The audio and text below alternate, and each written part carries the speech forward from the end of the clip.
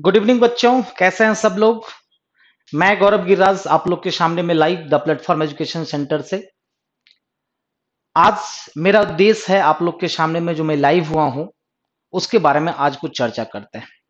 जैसा कि आपने देखा होगा कि कल एक वीडियो मैंने लाइव किया था, कैलेंडर के दो सबसे इंपॉर्टेंट टॉपिक और एक लीप ईयर के बारे में थोड़ा बहुत डिस्कस किया था मैंने, जिसको कि बहुत सारे बच्चे लोगों को जरूरत थी और बच्चे तक मैंने वो चीजों को पहुंचाया। आज जो मेरा सेशन है वो है आपका टेस्ट सीरीज, जो सेशन 2 आ रहा है हमारा, उसका फ्री आज का जो डिस्कशन होगा, लाइव डिस्कशन होगा, वो आज फ्री होगा आप लोग का। तो मैं उसी सेशन 2 के लिए आज मैं आपको कि किस तरह से सेशन 2 में मैं आपको 20-20 क्वेश्चंस का per day Monday to Friday discussion दूंगा, उसके बारे में है। जैसा कि आप डिस्प्ले पे देख सकते हैं कि टेस्ट सीरीज सेशन 2 हमारा आ रहा है। ठीक है, कब से सर आ रहा है? तो 1 सितंबर 2020 से आपका चालू होगा। Monday to Friday daily discussion होगा। पीडीएफ आपको एक दिन पहले मिल जाएगा। ठीक है, पीडीएफ एक दिन पहले अपलोड हो जाता है, शाम को या फिर सुबह तक अपलोड हो जाता है। वो आप अपलोड करके क्वेश्चंस को सॉल्व कर लेंगे और उसके बाद शाम को जो टाइमिंग दिया गया है उसके अकॉर्डिंग आप लाइव डिस्कशन कर सकते हैं। टाइमिंग का जो शेड्यूल रहेगा 4:10 पीएम से 5:10 पीएम, इस एक घंटे में एक एक क्वेश्चन का डिस्कशन मैं कराता हूं। जैसे कि बहुत सारे बच्चे अभी कर रहे हैं, सेशन 1 में बहुत सारे बच्चे थे, वो लोग तो खैर, वो लोग को पता है कि कितना इंपॉर्टेंट है ये चीज। मैं बार बार ये चीज कहता हूं और ये नवीन सर के द्वारा भी कहा गया है कि ये जो कोरोना काल है, नो डाउट एजुकेशन सिस्टम को बहुत ज्यादा इफेक्ट पहुंचाया है। मैं चाहता हूं कि आप लोग इससे इफेक्ट ना हो। जैसा कि नवीन सर ने बताया, कोरोना को एक अवसर में तब्दील कीजिए। मैं हेल्प करने के लिए आपको तैयार हूं, प्लेटफॉर्म टीम आपको हेल्प करने के लिए तैयार है और हो भी रहे हैं। बहुत सारे बच्चे इसका फायदा उठा रहे हैं। कुछ बच्चे थोड़े थोड़े छोटी छोटी चीजों में फंस जाते हैं, फंस करके, क्योंकि वो थोड़ा सा पॉलिटिक्स वे में सोचते हैं। क्योंकि इतना ना न्यूज चैनल देख लिए हैं, सब पॉलिटिक्स वे में चले जाते हैं। ठीक है, वो दूसरों को दोष देते हैं। तो जिनको जरूरत है वो फालतू के पॉलिटिक्स में ना पड़े। आपको पता है कि ये कितना इंपॉर्टेंट है। इस समय में अगर आप पढ़ाई कर रहे हैं तो बहुत सारे बच्चे पढ़ाई नहीं कर रहे हैं, उसको तो आप पीछे छोड़ दिए, क्योंकि आप तो कंटिन्यू हो। बहुत सारे अलग अलग पैटर्न का बैचेज, टेस्ट सीरीज सब स्टार्ट हो रहा है, चाहे वो स्टेट का हो या टारगेट बैच टाइप का हो, एडवांस मैथ का हो, साइंस का हो, जीके का हो, करंट अफेयर्स का हो या टेस्ट सीरीज हो, सब कुछ चालू कर दिया गया है आप लोगों की डिमांड पर। तो जिन बच्चों को जो भी जरूरत है वो सब आकर के जुड़े। अब जैसा कि नवीन सर ने बताया था कि बहुत सारे यहाँ पर भी एक्सपेंसेस हैं, आप समझ सकते हैं, समझदार हैं, पढ़े लिखे हैं, आप लोग समझ सकते हैं इस चीजों को। जो सबसे नॉर्मल फी, जो सोच भी नहीं सकता है कोई, उस नॉर्मल फी पे स्टार्ट किया गया है। फिर भी कुछ बच्चों को परेशानी है। ठीक है, आप जरा सोच करके देखो कि आप अगर पटना में रह के पढ़ रहे होते तो ये दिक्कतें तो होती, आपको इससे ज्यादा खर्च करना पड़ता कि नहीं करना पड़ता। एकदम मिनिमम फी इसीलिए रखा गया कि बहुत सारे मेंटेनेंस हैं। आपको भी पता है कि आप भी अगर कोई अगर नॉर्मल सा भी अगर संस्था चलाते हो, नॉर्मल सा अगर कोई अगर शॉप भी चलाते हो, तो आपको पता है कि मेंटेनेंस में क्या होता है, नहीं होता है। तो उसके लिए, सबके लिए सबसे इंपॉर्टेंट है कि वो तो सेकेंडरी चीज हो जाती है। आपकी जो भी इशू है, मनी प्रॉब्लम तो रहा नहीं, क्योंकि सबसे मिनिमम फी पे उतना आप लोग बच्चे भी नहीं सोच। कुछ पेरेंट्स फोन करके रिव्यू दे रहे हैं कि आप लोग शिक्षा का महादान कर रहे हैं।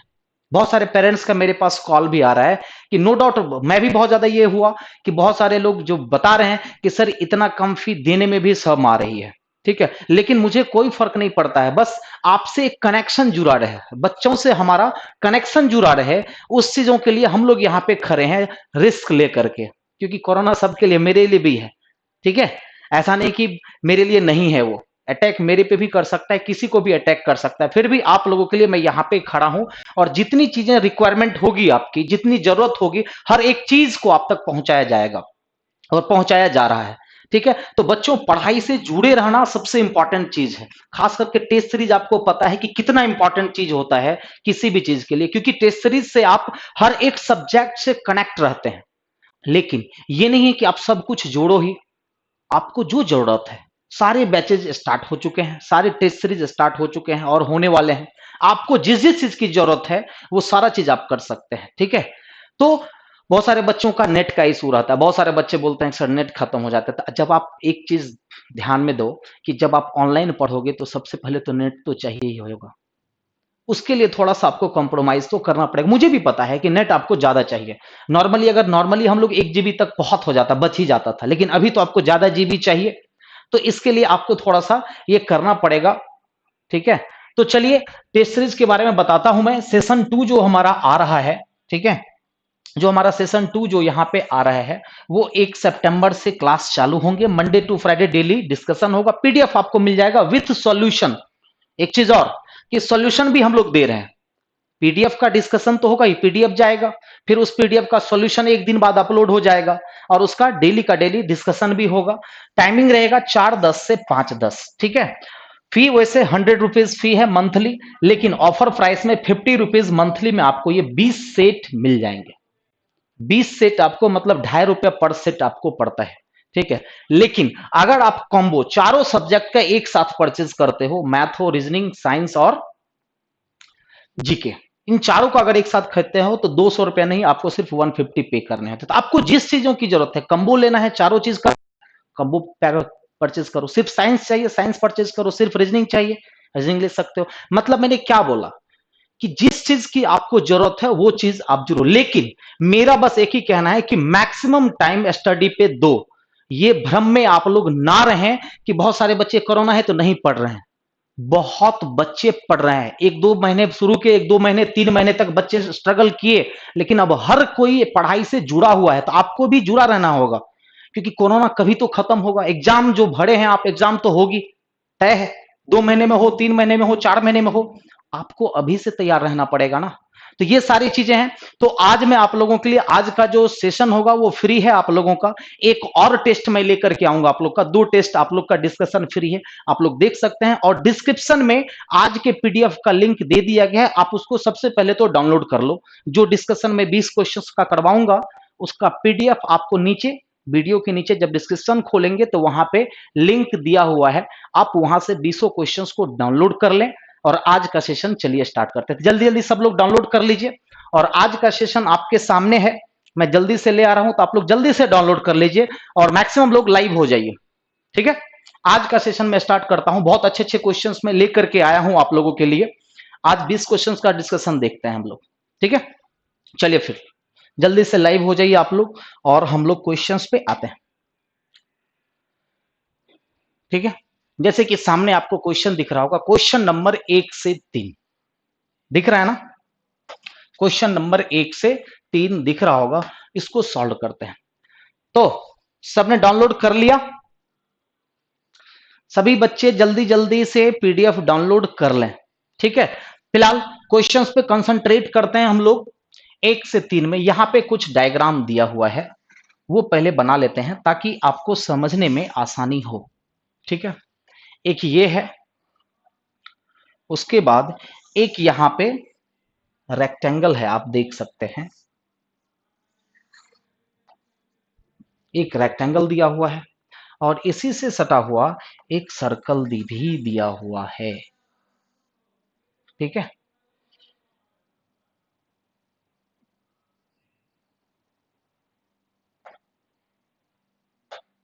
चलो ये यहां से ये मैं कर देता हूं।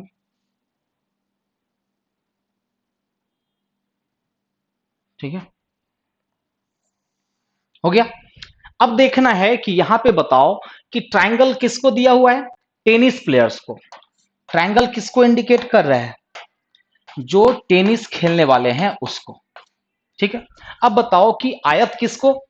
हॉकी खेलने वाले को। किसको? हॉकी खेलने वाले को। और उसके बाद सर्कल किसको? शतरंज खेलने वाले को। किसको? शतरंज। चेस का मतलब क्या होता है? शतरंज खेलने वाले को। अब मैं नंबर पुट करता हूं, यहां पे नंबर क्या दिया हुआ है? 5, फिर 11, फिर 10, फिर 14, और फिर यहां पे 5। ठीक है, उसके बाद यहां पे है 13, 2, 3, 12। इधर आते हैं सर्कल के अंदर में तो 4, 15, 6, फिर यहां आते हैं तो 20 लिखा होगा, और यहां आते हैं तो 5। उम्मीद करता हूं कि मैं सारी चीजें यहां पे मैं इंडिकेट कर दिया। क्यों? क्योंकि मुझे समझाना है। तो पहला क्वेश्चन आप लोग के सामने में होगा ही होगा। तो पहला क्वेश्चन कह रहा है कि वे खिलाड़ी जो शतरंज व टेनिस दोनों खेलते हैं, अब बताओ कि शतरंज और टेनिस दोनों खेलने वाले की संख्या। शतरंज का मतलब क्या हुआ? शतरंज का मतलब, सॉरी, यहां पे एक जगह पे थोड़ा सा ये देख लीजिएगा, ये हो गया सर्कल है शतरंज, क्योंकि आयत तो हॉकी हो गया। तो आपसे पूछ रहा है क्वेश्चन में कि वे खिलाड़ी जो शतरंज व टेनिस दोनों खेलते हो।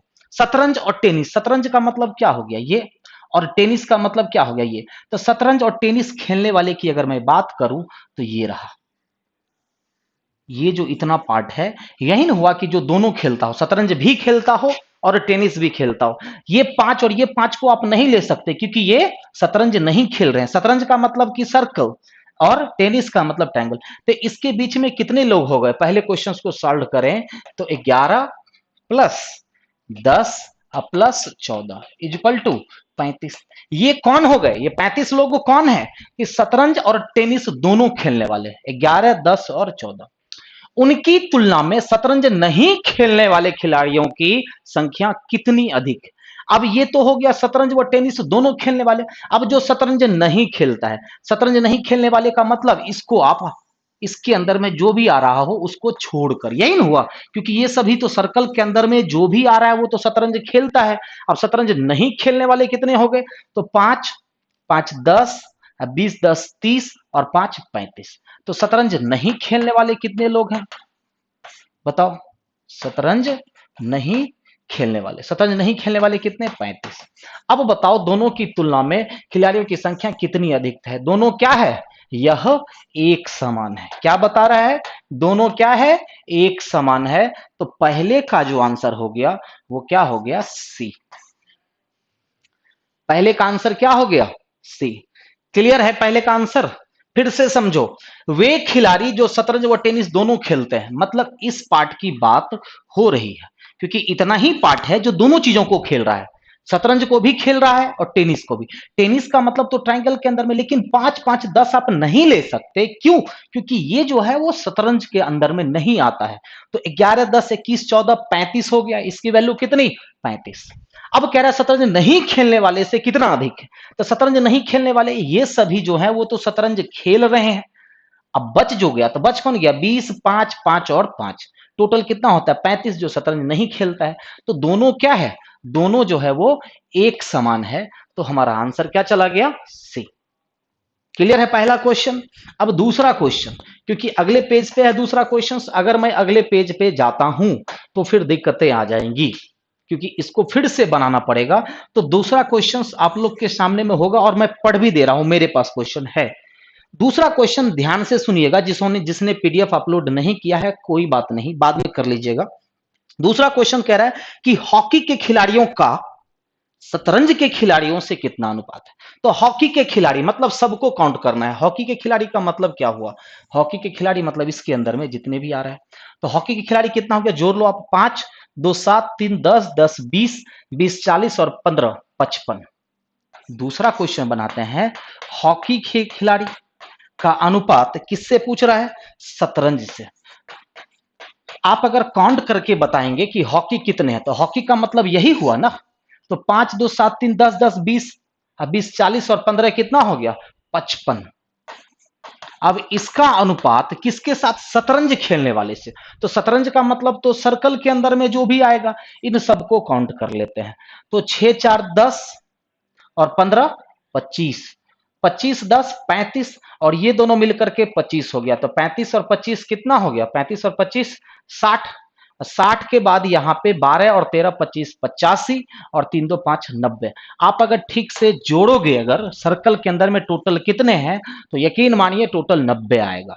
अब अगर 5 से काटते हैं तो 11 और 5 से काटते हैं तो 18, मतलब 11 अनुपात 18। तो बताएंगे आपकी आंसर क्या होगा?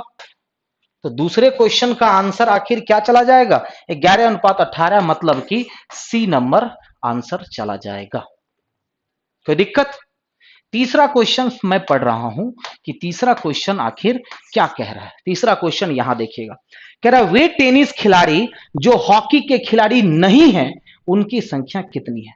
तो वे टेनिस खिलाड़ी जो हॉकी नहीं है, मतलब कि ये वाला जो पार्ट आपको दिख रहा है, कौन सा पार्ट? तो ये वाला जो पार्ट दिख रहा है, ध्यान से देखिएगा, ये वाला पार्ट, इसके अंदर में जितना भी आ रहा है उसको आपको नहीं लेना है। बाकी टेनिस के खिलाड़ी कितने हैं तो इसके अंदर में नहीं लेना। टेनिस का खिलाड़ी का मतलब क्या हुआ ये, लेकिन 10 को तो आप नहीं ले सकते थे। टेनिस खिलाड़ी ऐसे कितने हो जाएंगे, 5 प्लस 11, 10 को तो नहीं ले सकते ना, प्लस 14 और प्लस 5 इक्वल टू कितना हो जाएगा, 35। जोड़ के देख लो, 14 11 25 और 10 35। ऑप्शन के अकॉर्डिंग डी। क्लियर है ये 3 क्वेश्चन। ये क्वेश्चंस को बोलते हैं हम लोग डाटा इंटरप्रिटेशन का, जिसको शॉर्ट में डीआई भी बोलते हैं। मैथ से लिया गया कंसेप्ट है ये। तो डीआई पहले भी रीजनिंग में आता था, लेकिन सिंगल क्वेश्चन और बहुत आसान सा क्वेश्चन आता है। अब वो थोड़ा सा कैलकुलेशन देता है, यही अगर इसमें ज्यादा कैलकुलेशन दे देगा मैथ का डीआई हो जाएगा। ठीक है, तो बस देख करके आंसर करना है, और क्वेश्चन बाय क्वेश्चन ये बनता है कि क्वेश्चन क्या पूछ रहा है। क्लियर है बच्चों सब? हम लोग बढ़ते हैं, 1 से 3 क्लियर, चौथे पे आते हैं। एक का भी आंसर सी, दूसरे का भी आंसर सी, और तीसरे का आंसर डी। क्लियर है? चलो फिर अगले क्वेश्चंस पे आते हैं, मतलब 4 से 6, 4 से 6 पे आते हैं।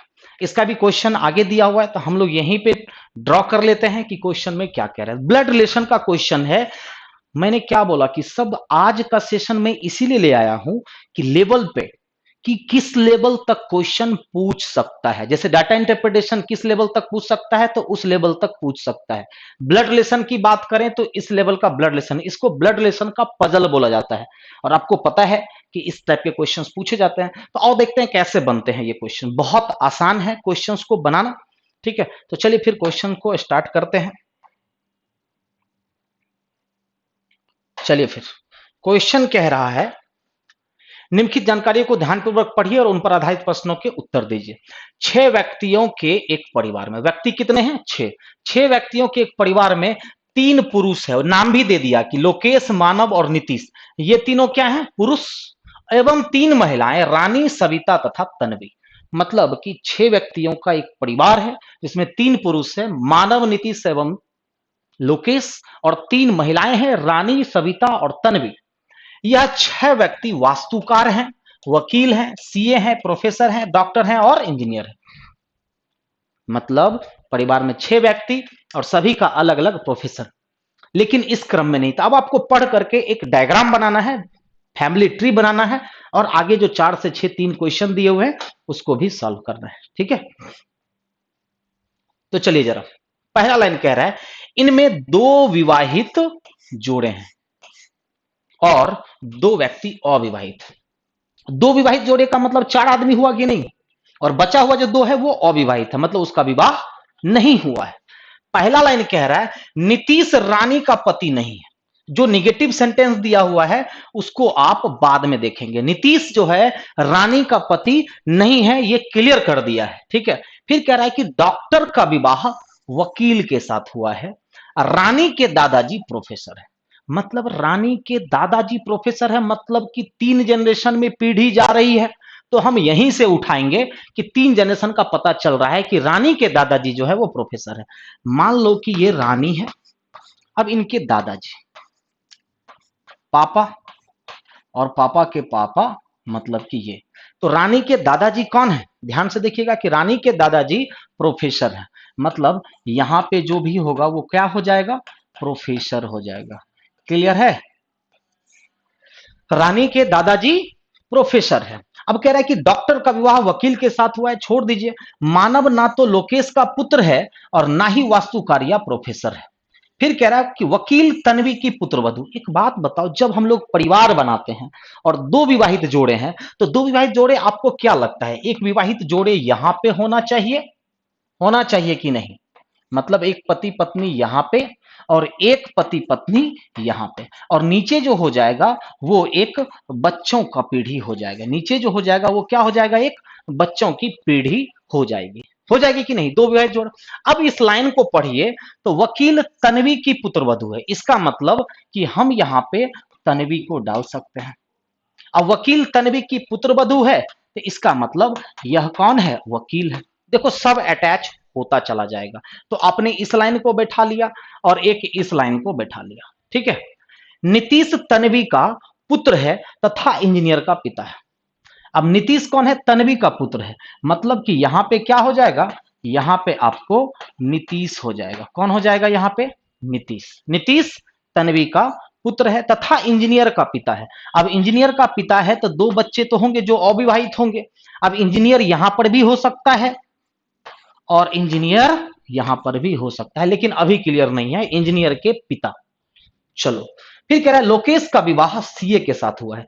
एक बात बताइए कि लोकेश का विवाह सीए से, तो यहां पे क्या हो जाएगा, यहां पे हो जाएगा आपको लोकेश। लोकेश का विवाह किसके साथ? सीए के साथ। तो ऊपर का लाइन तो क्लियर कि लोकेश का विवाह सीए से हुआ है। चलो क्लियर। अब बचा हुआ क्या सब रह गया कि नीतीश रानी का पति नहीं है, तो वैसे भी तीन लड़कियां थी, तन्वी हो गई, रानी हो गई, तो यहां पे क्या हो जाएगी? सविता हो जाएगी। तीन ही लड़की है। अब लोकेश नीतीश, तो यहां पे क्या हो जाएगा? लोकेश हो चुका, नीतीश हो चुका, तो बचा कौन है? मानव बचा हुआ। अब कौन सा लाइन छूटा हुआ है कि नीतीश रानी का पति नहीं है? क्लियर हो चुका। डॉक्टर का विवाह वकील से हुआ है, मतलब यहां पे क्या हो जाएगा? ये एक डॉक्टर हो जाएगा। डॉक्टर का विवाह वकील से हुआ है, सब अटैच कर गया। डॉक्टर का वकील के साथ हुआ है। रानी के दादाजी प्रोफेसर हैं, हो चुका है। मानव ना तो लोकेश का पुत्र है और ना ही वह वास्तुकार या प्रोफेसर है। अब बताइए कि यह वास्तुकार नहीं होगा तो वास्तुकार कहां हो जाएगा? अटैच कर गया कि मानव जो है लोकेश का पुत्र नहीं है, तो नहीं है, और ना ही वो वास्तुकार है और ना ही प्रोफेसर, तो प्रोफेसर तो ऑलरेडी हो चुका है। अब यह वास्तुकार नहीं है, तो वास्तुकार मतलब कि रानी। अब जो नीतीश जो डॉक्टर का पिता था, सॉरी इंजीनियर का पिता था, यहां पे क्या हो जाएगा? इंजीनियर। हो गया ना? सेट हो गया ना? एक बार और समझ लीजिए इसको, ठीक है? कुछ बच्चे को दिक्कत हो गई।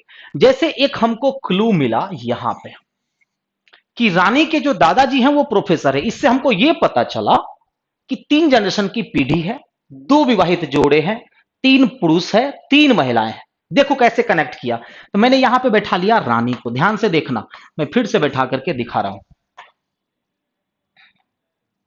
ठीक है? यहां पे मैंने बैठा लिया रानी को। अब रानी के दादाजी, दादाजी का मतलब क्या? पिता और पिता। अब ये प्रोफेसर है तो मैंने यहां पे प्रोफेसर बैठा लिया, एक लाइन शुरू कर दिया। फिर कह रहा है कि वकील तन्वी की पुत्रवधू है। जब तीन जनरेशन की पीढ़ी गई है और दो मैरिड कपल दिखा रहा है, तो ज्यादातर चांस बनता है कि ऊपर के दो, तो मैंने दो मैरिड कपल को यहां पे दिखाया, ठीक है? अब ये दादाजी हैं तो यहां पे दादी होगी। अब तन्वी की पुत्रवधू कौन है? यहां पे वकील तन्वी की पुत्रवधू है, वकील मैंने यहां पे बैठा लिया, और यहां पे क्या बैठाया मैंने? तन्वी। तन्वी की पुत्रवधू वकील हो गई। नीतीश तन्वी का पुत्र है, चलो नीतीश क्या हो गया? अब जैसे ही तन्वी को बैठाए तो नीतीश भी बैठ गया कि नीतीश तन्वी के का पुत्र है, नीतीश तन्वी का पुत्र है तथा इंजीनियर का पिता है, ये भी हो गया, इंजीनियर का पिता है। फिर कह रहा है कि लोकेश का विवाह सीए से हुआ है, तो विवाह वाले तो यही दो जगह है। अब लोकेश का विवाह सीए से हुआ है तो ये तो नीतीश है, तो लोकेश कहां पे? यहां पे। उसका विवाह किसके साथ? ये, तो लोकेश यहां पे बैठ गया। अब बताओ, दो लड़के हो चुके लोकेश और नीतीश, तो मानव कहां चला आया? यहां पे। अब दो लड़कियां हो चुकी है रानी तन्वी, तो बच कौन गई? सविता, और आराम से मैंने बैठा लिया। प्रोफेशन के बारे में ये दिया हुआ था कि मानव ना तो लोकेश का पुत्र है और ना ही वह वास्तुकार या प्रोफेसर है, तो मानव अगर प्रोफेसर नहीं है तो हो चुका प्रोफेसर। अब ये वास्तुकार नहीं है तो वास्तुकार कौन हो जाएगी? रानी। अब जो ये इंजीनियर का पिता था तो यहां पे इंजीनियर हो गया, सेट हो गया, क्लियर? अब चलते हैं क्वेश्चन नंबर 4 आपसे आखिर क्या पूछ रहा है, 5 क्या पूछ रहा है देखते हैं। तो क्वेश्चन नंबर 4 पर निम्नलिखित में से कौन से दो व्यक्ति अविवाहित हैं? तो दो व्यक्ति अविवाहित कौन कौन है? एक तो रानी और एक मानव, मतलब रानी और मानव अविवाहित। किस ऑप्शन में दिख रहा है ये बताओ आप? तो डी नंबर ऑप्शन में दिख रहा है। सबको समझ में आ रहा है? क्लियर? 5वां क्वेश्चन देखिएगा क्या पूछ रहा है कि तन्वी मानव से किस प्रकार संबंधित है? तो बताओ कि तन्वी जो है आखिर मानव से किस प्रकार संबंधित है? तो तन्वी मानव की कौन हो गई? तो मानव के पिता की मां है, मतलब कि दादी। क्या हो गई आंसर? दादी हो गई, option B. Last question 6 number में क्या कह रहा है वो देखिए। कह रहा है कि निम्न में से कौन विवाहित जोड़ों का सही युग्म है? तो विवाहित जोड़े कौन कौन? लोकेश, तन्वी, नीतीश और सविता, जो कि ऑप्शन नंबर सी में दिया हुआ है। ऑप्शन नंबर सी में देखेंगे तो लोकेश, तन्वी और नीतीश, सविता, ये दोनों क्या है? मैरिड कपल है। हो गया ना क्लियर? समझ गए? स्क्रीनशॉट लेना है तो आप लोग ले सकते हैं। इस क्वेश्चंस का पीडीएफ डिस्क्रिप्शन में, फिर बोल रहा हूं, डिस्क्रिप्शन में है, आप डाउनलोड कर लीजिएगा। ओके, चलिए फिर 6 के बाद 7वें क्वेश्चन पे आते हैं। 7 से 9 इस टाइप के क्वेश्चंस का भी बहुत डिमांड है। मैंने डेमो में भी करवाया, टेस्ट में भी करवाया, ठीक है। तो यहां क्या कह रहा है कि एक स्कूल में 3 प्रकार की पाठ्येतर गतिविधियां संचालित करता है। तो पहले ही क्लियर कर दिया कि 3 तरह की है, बास्केटबॉल, क्रिकेट व फुटबॉल।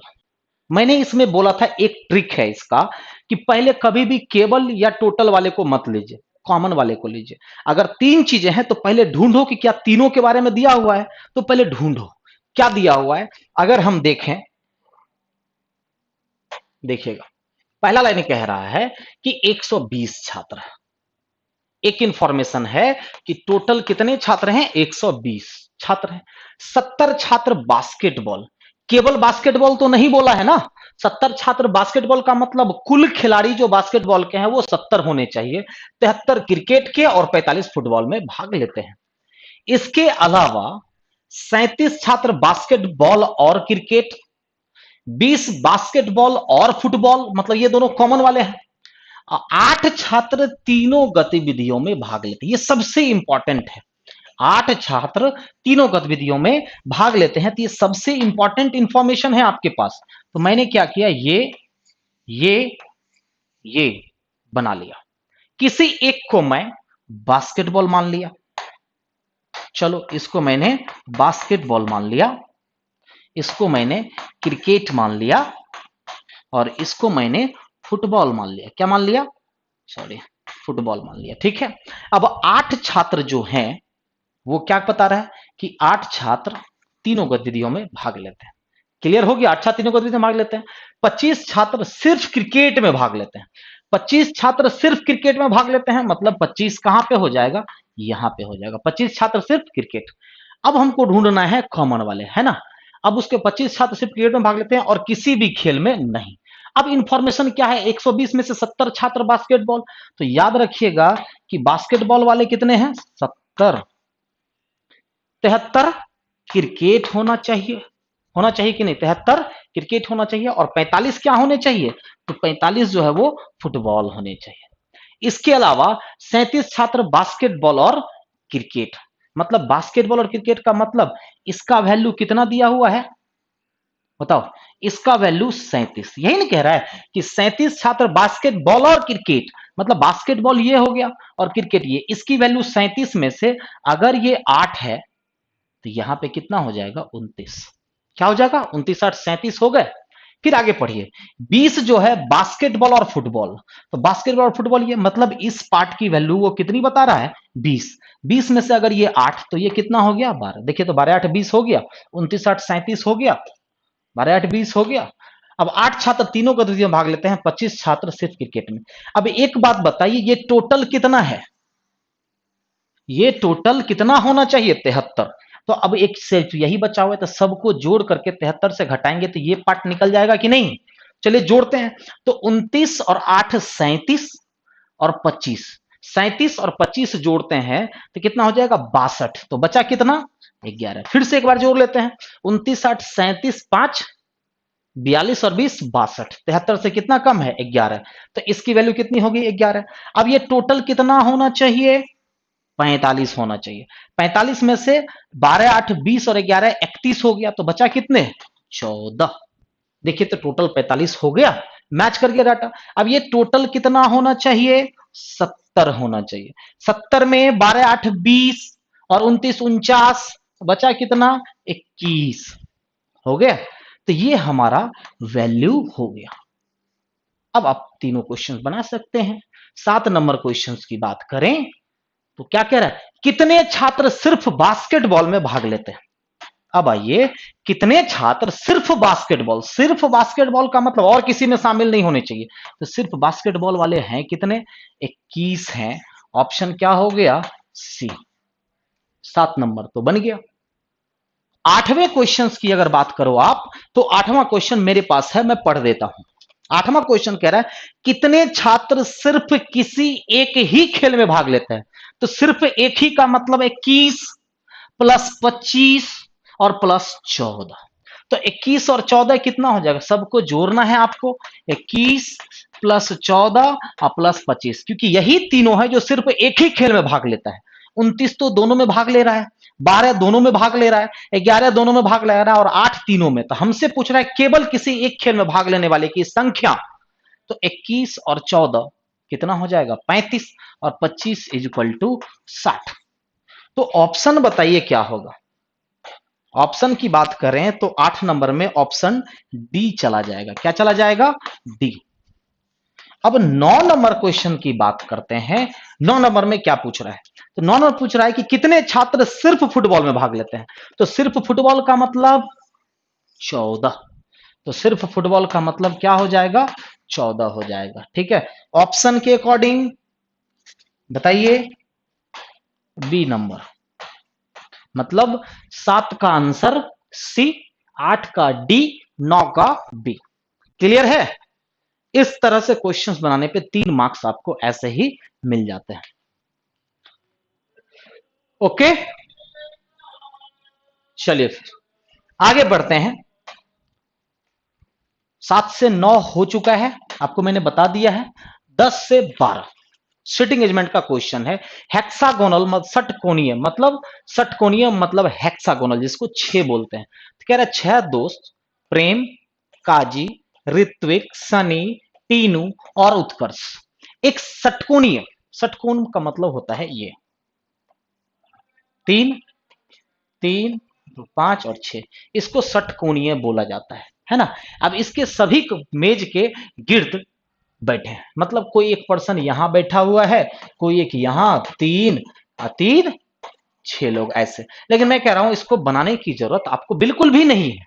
10 से 12 पूछ रहा है, आप 6 बोल रहा है, 4 हो गया तो 6 हो गया। ठीक है, गिर्द बैठे, प्रत्येक के कोने पर बैठा है, सभी के मुख केंद्र की ओर है। हर एक का मुख किधर है, केंद्र की ओर।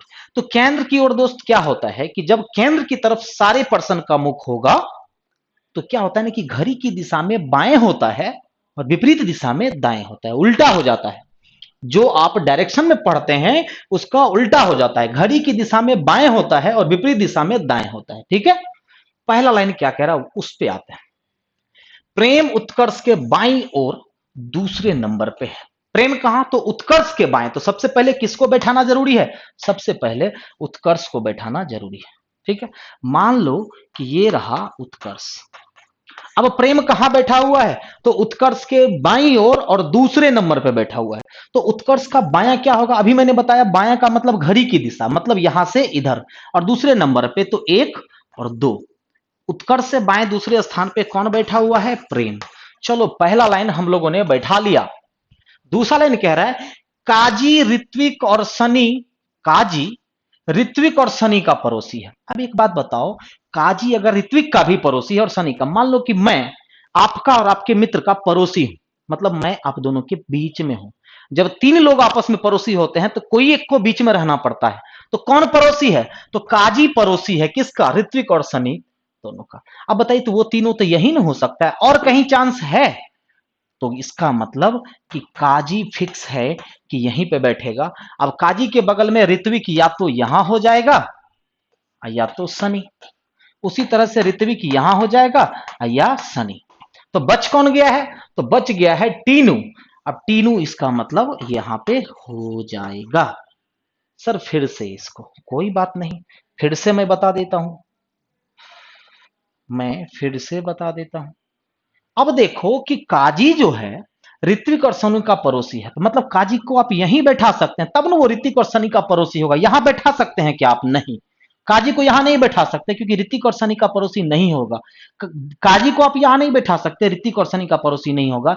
एक ही जगह बच गया कि काजी यहीं होगा, और ये ऋतिक सनी का पड़ोसी है तो या तो ऋत्विक यहां होगा तो सनी यहां होगा, और अगर ऋत्विक यहां होगा तो सनी यहां होगा। तो उसके लिए लास्ट में एक लाइन दिया हुआ है, टीनू सनी के बाईं ओर।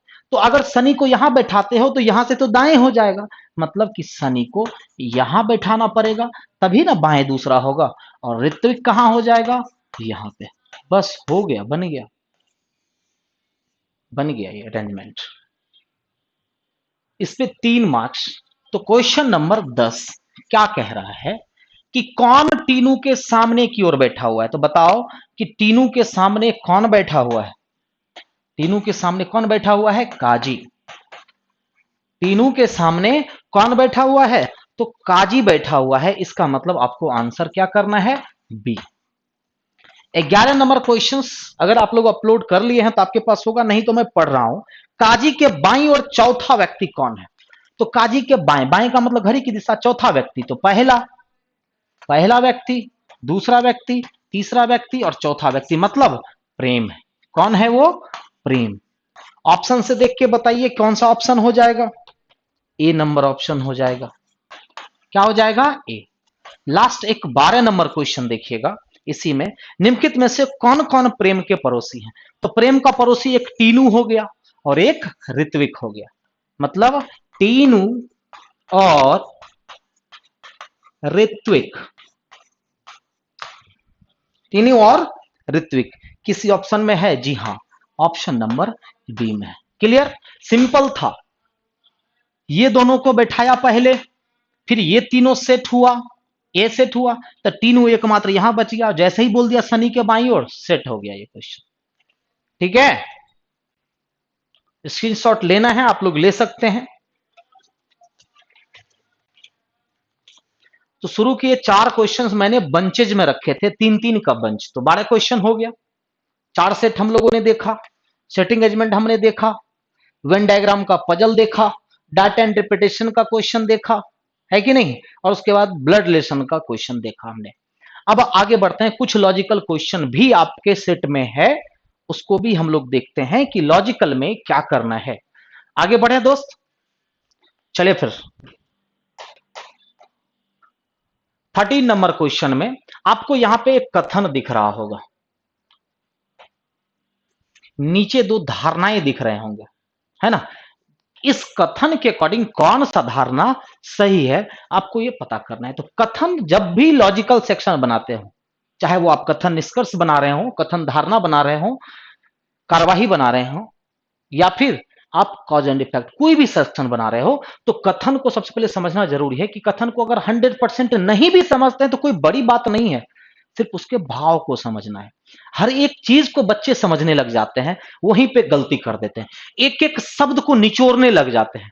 लॉजिकल है, निचोड़ने की जरूरत नहीं है, भाव को समझिए, कथन आखिर क्या कह रहा है, उस पे निष्कर्ष क्या हो सकता है, धारणाएं क्या हो सकती है, एक शब्द आपको एक्शन क्या हो सकता है जिसको हम लोग कार्यवाही बोलते हैं। तो कथन के भाव को समझ, एक एक चीज को समझ पाना हो सकता है कि आसान हो, कुछ बच्चे को दिक्कत हो रही होगी ना कथन को समझने में, तो कथन 100% समझने की जरूरत नहीं, हाँ लेकिन अच्छे से समझना है। अच्छे से समझने का मतलब क्या होता है, भाव, उसका पॉइंट ऑफ व्यू जिसको हम लोग बोलते हैं, वो चीज को ज्ञान करते हैं। जैसे हम लोग पूरी 3 घंटे की मूवी देखते हैं, उसका एक निचोड़ निकालते हैं कि इसमें स्टोरी क्या था, शॉर्ट स्टोरी बनता है ना, मगर मूवी तो पूरा का पूरा मूवी समझ में आ गया है, लेकिन उसके भाव को समझना, एक एक मूवी का पार्ट हम लोग ध्यान में रखते हैं, नहीं रखते हैं। ठीक है, तो क्या कह रहा है देखिएगा, सभी जीव जंतु, पौधे और जानवर, ध्यान से देखिएगा, सभी जीव जंतु, पौधे और जानवर पारिस्थितिक तंत्र और जैव विविधता के अंग हैं। पारिस्थितिक तंत्र का मतलब होता है जो हमारा नेचुरल जितनी भी चीजें होती है, जितनी भी नेचुरल चीजें होती, चाहे हवा हम लोग ज्ञान करते हैं, पानी, चाहे कोई खाद्यान्न हो गया, खाने की चीजें हो गई, घास फूस, जितनी भी चीजें होती है हमारे जो जरूरत की चीजें होती है, वही कह रहा है कि सभी जीव जंतु, पौधे और जानवर पारिस्थितिक तंत्र और जैव विविधता के अंग हैं। ये सभी सम्मिलित रूप से पर्यावरण के संरक्षण में योगदान देते हैं।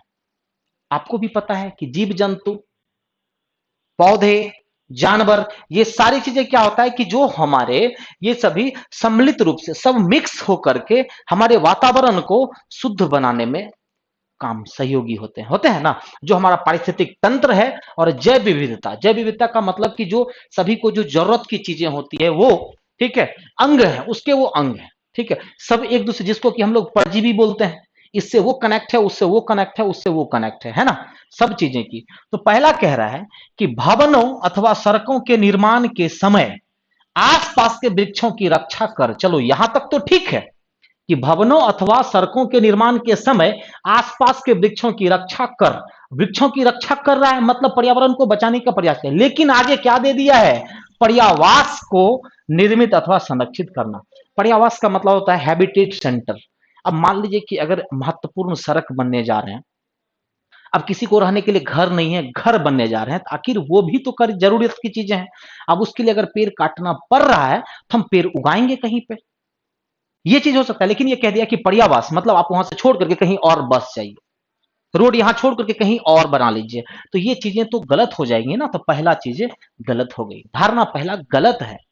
दूसरा कह रहा है कि जैव विविधता की सुरक्षा सतत विकास का मुख्य लक्ष्य होना चाहिए। मतलब कि जैव विविधता की जो सुरक्षा होती है, चाहे पेड़ पौधे हो, पानी का बचत हो गया, खाद्यान्न का बचत हो गया, जंतुओं का बचत हो गया, जीव जंतुओं का बचत हो गया, ये हमारा मुख्य लक्ष्य होना चाहिए। मतलब मुख्य लक्ष्य होना चाहिए कि मैक्सिमम से मैक्सिमम हम उसका रक्षा करें।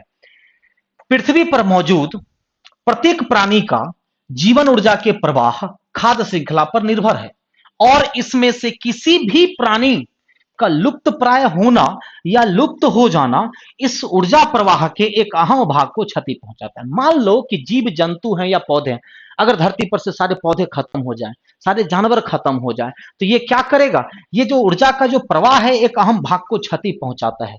जो हमारा ऊर्जा का जो प्रवाह होता है किसी न किसी एक को वो जरूर क्षति पहुंचाएगा। मतलब कि दूसरा बिल्कुल सही कह रहा है। तो क्या कहेंगे कि केवल अवधारणा दो, मतलब कि सी नंबर आंसर। क्लियर है। पहला इसलिए गलत हो गया कि चलो एक चीज को तो वो रक्षा कर रहा है, लेकिन आखिर इंसान भी दूसरी जगह जाकर के बस जाए, ये भी पॉसिबल। हाँ, इंसान ये कर सकता है कि पेड़, दो पेड़ काटा, चार पेड़ आप लगा लो, ये कर सकते हैं हम लोग। हम लोग जैसे पेड़ अगर काटते ही हैं, ठीक है, तो अब पेड़ लगाओ भी, तभी तो होगा। अब मान लो कि यहां से रोड बनना बहुत जरूरी है, तो उस बीच में अगर पेड़ आएंगे तो कटना ही है।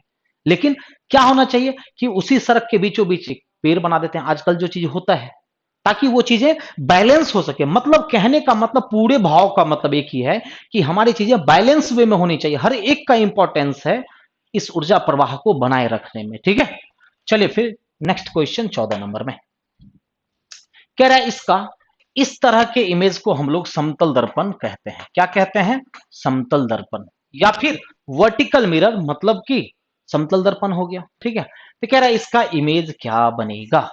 देखिएगा क्या दिया हुआ है, यहां पे सर्कल है और यहां पर भी सर्कल है, यहां पे स्क्वायर है और यहां पर भी स्क्वायर है। तो ध्यान से देखना, अगर हम इसका इमेज बनाते हैं, ऑब्वियसली सी बात है कि इसका इमेज जो बनेगा ऐसा ही बनेगा, सर्कल। क्यों, क्योंकि बाएं दाएं चेंज होगा। तो मैंने बाएं ये वाले पार्ट को उधर कर दिया और ये वाले पार्ट को इधर कर दिया। अब उसके बाद ये वाला जो पार्ट यहां पे दिया हुआ है, सॉरी, ये वाला जो पार्ट यहां पे दिया हुआ है इसमें, ये तो अब इधर आ जाएगा। आ जाएगा कि नहीं आ जाएगा बताइए। ये वाला जो पार्ट है वो किधर आ जाएगा, इधर। तो ये भी चेंज हो जाएगा, ये ऐसे है तो सीधा ऐसे हो जाएगा। ये वाला लाइन भी ऐसे हो जाता है जब बाएं दाएं चेंज होता है, तो ये यहां आ जाएगा और ये यहां आ जाएगा। ठीक है, इसीलिए मैंने बोला। ठीक है, अब यहां पे देखिएगा कि इस सर्कल को आधा करके ये किया हुआ है ना, तो ये सर्कल भी जो यहां पे क्या हो जाएगा, ये आधा तो है ही।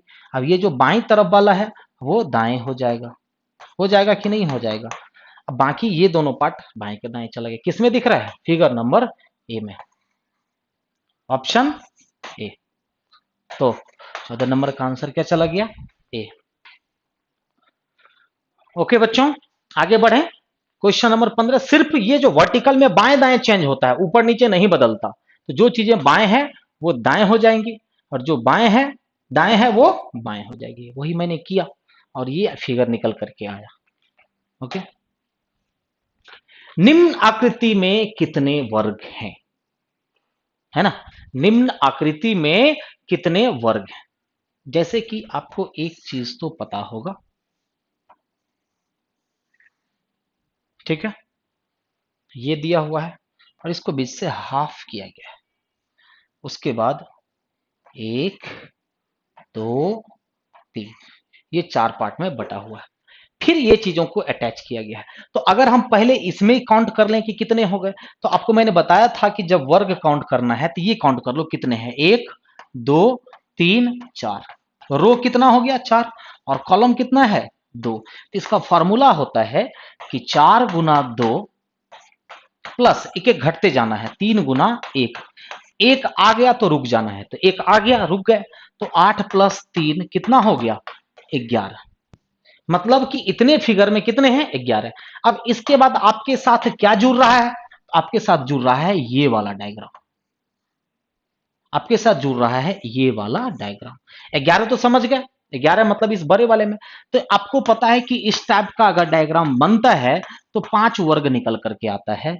इसका मतलब क्या हुआ कि इसका मतलब हुआ, ध्यान से देखिएगा, तो इसका मतलब हुआ कि 5 यहां पे और 5 यहां पे, तो 11 में 10 जुट जाएंगे, कितने हो जाएंगे 21 वर्ग हो जाएंगे। शॉर्ट ट्रिक पे देखो, जब रो कॉलम समान होता है, जैसे अगर ये 4 है ये भी 4 होता, तो 4 का स्क्वायर प्लस 3 का स्क्वायर प्लस 2 का स्क्वायर प्लस 1 का स्क्वायर करते डायरेक्ट आंसर हो जाता। लेकिन ये रो 4 है और कॉलम मगर 2 ही है, देख लो 1 2, तो 4 गुना 2, फिर दोनों में एक एक घट जाएंगे, 3 गुना 1 तब तक घटना है जब तक कि कोई एक एक ना आ जाए। तो यहां तो एक आ गया तो रुक गए हम, तो ये कितना हो गया 8 प्लस 3 11, फिर 5 5 10 जुट गया 21। Option C. एक एक करके काउंट नहीं करना है, नहीं तो दिक्कतें आ जाएंगी, छूट सकता है कोई भी। फिर देखो साइलोरिज्म का, कि कोई भी ग्लास पैडल नहीं है। मान लो कि एक ग्लास है, अब कोई भी ग्लास पैडल नहीं है, कोई भी ग्लास पैडल नहीं है और सभी पैडल ब्रेक। अब सभी पैडल क्या है ब्रेक। डायग्राम तो बन गया। अब इस पे 2 या 3 निष्कर्ष दिए गए हैं। अब आपको पता करना है कि कौन सा निष्कर्ष आखिर इसमें से सही होगा। ठीक है, 16 नंबर बता रहा हूं। तो पहला क्या कह रहा है कि सभी ब्रेक पैडल है। अब बताओ कि क्या सभी ब्रेक पैडल है, नहीं, क्योंकि अगर सभी ब्रेक पैडल होता तो ये तो ब्रेक हो गया और ये पैडल, तो सभी ब्रेक पैडल तब होता जब ब्रेक पैडल के अंदर में होता, ऐसा नहीं है, तो पहला गलत है। दूसरा क्या कह रहा है, कुछ ब्रेक पैडल है। हाँ, कुछ ब्रेक पैडल है बोल सकते हैं, सभी ब्रेक पैडल है नहीं बोल सकते, लेकिन कुछ ब्रेक पैडल है बोल सकते हैं, दूसरा सही हो गया। तीसरा क्या कह रहा है वो देखिएगा, कोई भी ब्रेक ग्लास नहीं है, कोई भी ब्रेक गिलास नहीं, अच्छा कोई भी पैडल गिलास नहीं है, लेकिन ये कह रहा है कि ब्रेक गिलास नहीं है। इसको समझने के लिए एक चीज समझ लो आप, मान लो कि ये पटना है और ये मथुरा है, तो निगेटिव किसके बीच में है, पटना और मथुरा के बीच में, मतलब पटना वाले मथुरा नहीं जा सकते और मथुरा वाले पटना नहीं आ सकते। लेकिन ये पटना वाला यूपी में और कहीं तो जा सकता है ना, इसका मतलब, और ये जो इसके जो यूपी वाले बाहरी यूपी वाले हैं वो तो पटना आ सकता है ना, तो हम ये कैसे कह देंगे कि ये नहीं आ सकता। तो वही ये कह रहा है कि कोई भी ब्रेक गिलास नहीं है, मतलब ये गिलास नहीं आ सकता। कह रहा है कि पूरा यूपी पटना नहीं आ सकता, गलत ना, सिर्फ मथुरा नहीं आ सकता, बाकी तो आ सकता है, मतलब तीसरा गलत कह रहा है। तो क्या कहेंगे कि केवल निष्कर्ष 2 निकलता है, मतलब कि बी आंसर। ओके, हाँ, अगर यही रहता कि कोई पैडल ग्लास नहीं है तो सही हो जाता, या कहता कि कोई ग्लास पैडल नहीं है तो सही हो जाता, लेकिन इस दोनों में अगर कोई नहीं लगा देगा तो गलत हो जाएगा। ठीक है, 16 के बाद 17 नंबर में कथन और धारणाएं। कथन आपका ये रहा, कह रहा है कि एक वैज्ञानिक कहते हैं कि पेड़ जंगल में अन्य पेड़ों के साथ संवाद कर सकते हैं और पोषक तत्व को भी साझा कर सकते हैं। संवाद का मतलब यह मत समझिए कि जैसे हम लोग बातचीत करते हैं, बातचीत सिर्फ बोलने और सुनने को नहीं कहा जा सकता है। ठीक है, बात संवाद का मतलब हुआ कि आपस में शेयर करने की, मतलब कि जंगल में या कहीं पर भी पेड़ पौधे जो होते हैं वो आपस में संवाद करते हैं, का मतलब आपस में बहुत चीज शेयर करते हैं, पोषक तत्वों को भी साझा कर सकते हैं। तो पहला अवधारणा कह रहा है कि पौधे अन्य पौधों के साथ अतिरिक्त पोषक तत्व साझा करते हैं, तो बिल्कुल सही, कथन भी आखिर वही कह रहा है, तो उस कथन से ये अवधारणा बिल्कुल हम निकाल सकते हैं। दूसरा कह रहा है पृथ्वी के नीचे सब कुछ जुड़ा हुआ है। क्या ये कंफर्म कर सकते हैं पृथ्वी के नीचे सब कुछ जुड़ा हुआ है? नहीं कह सकते। कहने का मतलब केवल एक ऑप्शन ए। बस भाव को समझना है कि कथन क्या कह रहा है और धारणा में क्या दिया हुआ है। धारणा में वही दिया हुआ है जो कथन समझाने की कोशिश कर रहा है। पहला को सही, दूसरा कह रहा है पृथ्वी के नीचे सब कुछ जुड़ा हुआ है। क्या पृथ्वी के नीचे हर एक चीज जुड़ी हुई है? नहीं, सब अलग अलग, सबका नेचुरल चीजें अलग अलग है। ठीक है, जो नेचुरल फेनोमिना होता है वो सब कुछ का अलग अलग क्राइटेरिया होता है और अलग अलग प्रोसेस वे में काम करता है वो। ठीक है, तो केवल एक। 18 नंबर कथन कह रहा है इन दिनों बढ़ती आबादी और बढ़ते कचरे की तेज गति को देखते हुए अपशिष्ट प्रबंधन हमारे देश की सबसे महत्वपूर्ण चिंताओं में से एक।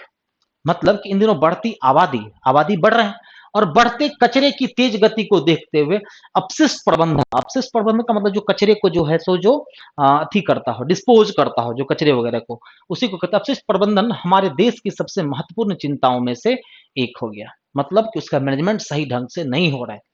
पहला कह रहा है कि ना गलने वाला अपशिष्ट हमारे पर्यावरण को बहुत नुकसान पहुंचाता है और विभिन्न बीमारियों को पैदा करता है, तो बिल्कुल सही। इसलिए तो वो बोल रहा है कि अपशिष्ट प्रबंधन सबसे महत्वपूर्ण चिंता में से एक है, मतलब कि वो हानि पहुंचा रही है। दूसरा, अपशिष्ट प्रबंधन पर किसी भी संस्थान में लोगों या छात्रों को संबोधित करना निश्चित रूप से सहायक होगा, बिल्कुल सही। अगर हम लोग अगर जागरूक करें लोगों को, सोसाइटी वालों को, प्रबंधन को अगर करें तो उससे ये प्रॉब्लम का सॉल्यूशन हो सकता है। तो क्या कहेंगे? दोनों ही निष्कर्ष, मतलब कि बी नंबर ऑप्शन, दोनों ही निष्कर्ष आपका, सॉरी ए ना होगा, सॉरी ए नंबर आंसर चला जाएगा, ए। ठीक है, ए, दोनों ही निष्कर्ष पालन करते हैं। Clear friend? आगे बढ़ते हैं। डाटा सफिशिएंसी बोलते हैं इसको, ये बैंक से लिया हुआ चैप्टर है। आपसे एक प्रश्न पूछा जाता है, उस प्रश्न का उत्तर क्या होगा वो नहीं देना है, सिर्फ पता करना है कि इन दोनों में से कौन उत्तर दे सकता है। क्या कोई अकेले उत्तर दे सकता है या मिलकर के उत्तर दे सकता है? तो आपसे प्रश्न पूछा जा रहा है कि बॉक्स में पिरामिडों की संख्या कितनी है? कितनी है मतलब नहीं है, कौन आंसर दे सकता है? तो मैक्सिमम क्वेश्चन पढ़ के बन जाता है। बॉक्स में कुछ पीले, कुछ लाल और नीले रंग के पिरामिड है। तो पहले से तो पता नहीं चल पाया ना कि कुल कितने हैं। पहला सिर्फ ये बताया कि 3 कलर के पिरामिड हैं। कौन कौन से कलर के? तो पीले, लाल और नीले। लेकिन वो ये नहीं बताया कि टोटल कितने हैं। तो आप कहोगे कि सर एक पर्याप्त नहीं है। अब दूसरे को अकेले देखिए, बॉक्स में कह रहा है कि 6 पीले, 7 लाल रंग के पिरामिडों और कुछ नीले रंग के पिरामिड रखे गए हैं। बॉक्स में 6 पीले और 7 लाल रंग के पिरामिड और कुछ नीले रंग के पिरामिड। तो यहां क्या दे दिया है कि कुछ कुछ दे दिया है। तो दूसरा भी अकेला नहीं दे पाया। अगर हम दोनों को मिला करके देखें तो भी नहीं, क्योंकि पहला कह रहा है कि चलो पीला, दोनों को अगर मिला देते हैं, अगर 1 और 2 को मिला दें तो पीला तो चलिए पता चल गया कि 6, लाल पता चल गया कि 7, लेकिन नीला के बारे में कुछ पता चला? नीला के बारे में कोई इंफॉर्मेशन नहीं है। तो क्या कहेंगे कि 1 और 2 दोनों पर्याप्त नहीं है। मतलब कि ऑप्शन क्या हो जाएगा? बी, कि दोनों मिलकर के भी आंसर नहीं दे पाया। नीला के बारे में अगर देता तो हम कहते कि दोनों मिलकर के आंसर कर दिया। एक ने कलर बता दिया, दूसरे ने किस कलर में कितने बॉल है वो बता दिया, लेकिन दोनों को मिलाए तो भी आंसर नहीं मिल पाया। तो आंसर बी चला जाएगा। Okay, next. 2 क्रमागत लीप वर्षों के बीच एक्स वर्ष अधिकतम अंतर होता है। तो वैसे तो आपको पता है 4 वर्ष के अंतर पे क्या होता है, लीप वर्ष आता है, लेकिन अधिकतम अंतर अगर पूछेंगे तो क्या हो जाएगा? बी। सर इसको थोड़ा सा क्लोज कीजिए, याद रखिए इंपॉर्टेंट क्वेश्चन है ये इंपॉर्टेंट क्वेश्चन है, 2-3 बार पूछ चुका है।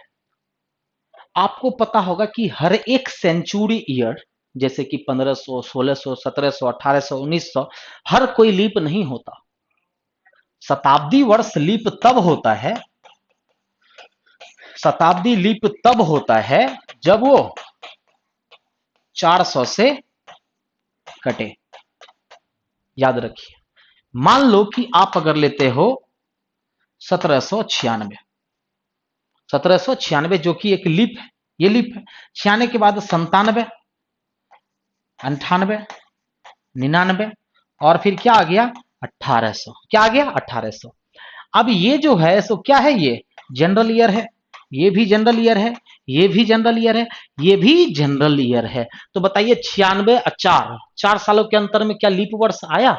अब ये कहां पे आ जाएगा 1801, 2, 3 और 4। तो ये जनरल हो गया, ये जनरल हो गया, ये जनरल हो गया, लेकिन ये लीप हुआ। तो बताइए कि यहां से अगर आप देखें तो कितने साल का अंतर हो गया?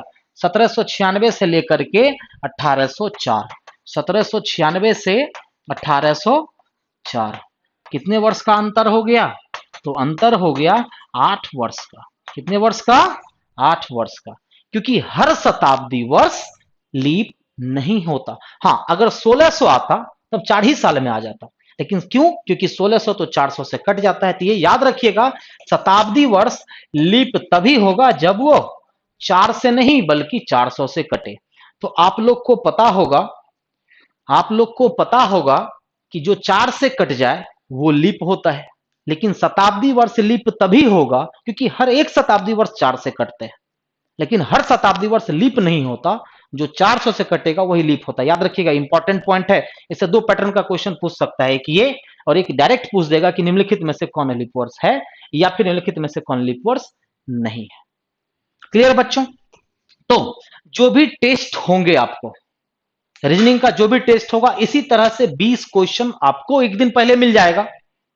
दूसरे दिन जैसा मैंने अभी डिस्कशन कराया, ठीक है, डिस्कशन होगी, डिस्कशन थोड़ा और भी स्लो होता है, वो जो डिस्कशन होगा और भी स्लो, क्योंकि इसके बाद मैं पूछता हूं सभी बच्चों से कि कहीं पे भी कोई भी क्वेश्चन डाउट हो तो आप बताएं, ठीक है। और उसके बाद इन 20 क्वेश्चंस का एक पीडीएफ मिलेगा सॉल्यूशन किया हुआ, जो नेक्स्ट डे, आज डिस्कशन हुआ तो नेक्स्ट डे या फिर उसके अगले दिन जरूर अपलोड हो जाएगा, ठीक है। आप सॉल्यूशन से भी आप अपना सॉल्यूशन मिला सकते हैं, एवरीथिंग। इस तरह से इतनी फैसिलिटी दी गई है, ठीक है, आप उसका फायदा उठाइए, जिसको जो भी चीज जरूरत है। मैं बस एक ही लाइन कहना चाहता हूं कि आपको रुकना नहीं है, ठीक है। आप एक स्टूडेंट हैं, आपकी डिग्निटी है पढ़ाई, स्टडी। तो आपको बस पढ़ाई से जुड़े रहना है, बाकी चीजें आप मुझ पे छोड़ दो, ठीक है, संस्था पे छोड़ दो, आपकी रिजल्ट 100% हो, यही कामना करता हूं। चलिए फिर सभी को बाय। अभी थोड़ी देर के बाद जो भी बच्चे हैं, अभी थोड़ी देर के बाद मैं बहुत ही इंपॉर्टेंट सेशन पढ़ाने वाला हूं, ठीक है। जो टारगेट बैच आ रहा है उसके लिए मैं एक सेक्शन आप लोग को पढ़ाने वाला, जो कि कल कैलेंडर का पढ़ाया था, और आज अभी थोड़ी देर में मैं लाइव आऊंगा आप लोग के सामने में। थोड़ी देर में मैं लाइव आ रहा हूं, बहुत जल्द लाइव आ रहा हूं, ठीक है। उसमें आपको ब्लड रिलेशन का कोडेड जो मैंने पिछले वीडियो में प्रॉमिस किया था, ठीक है, बहुत जल्द मैं लेकर के आ रहा हूं, बहुत जल्द मैं लाइव होने वाला हूं। तो आप लोग उसको भी लाइव करके आप लोग जुड़िए। चलिए फिर सभी को बाय।